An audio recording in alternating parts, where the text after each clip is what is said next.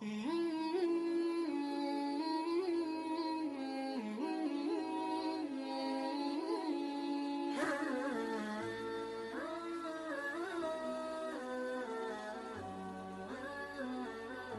ابو ہریرہ رضی اللہ تعالی عنہ سے روایت ہے کہ نبی کریم صلی اللہ علیہ وآلہ وسلم نے فرمایا کہ حضرت موسیٰ بن عمران علیہ السلام نے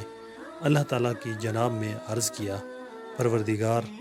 آپ کے بندوں میں کون آپ کی بارگاہ میں زیادہ باعزت ہیں؟ ارشاد فرمایا، وہ بندے جو قصوروار پر قابو پانے کے بعد اور سزا دینے کی قدرت رکھنے کے باوجود اس کو معاف کر دیں۔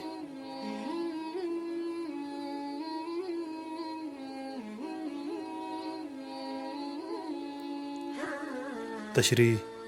یہاں یہ ملحوظ رکھنا ضروری ہے کہ قصوروار کا قصور معاف کرنے کی اس فضیلت کا تعلق افراد دو اشخاص اور ان کے ذاتی اور نجی حقوق و معاملات سے ہے، لیکن جن جرائم پر اللہ تعالیٰ کی طرف سے ان پر سزا مقرر ہے، اس سزا کے معاف کرنے کا اختیار کسی کو نہیں ہے۔ خود رسول اللہ صلی اللہ علیہ وآلہ وسلم،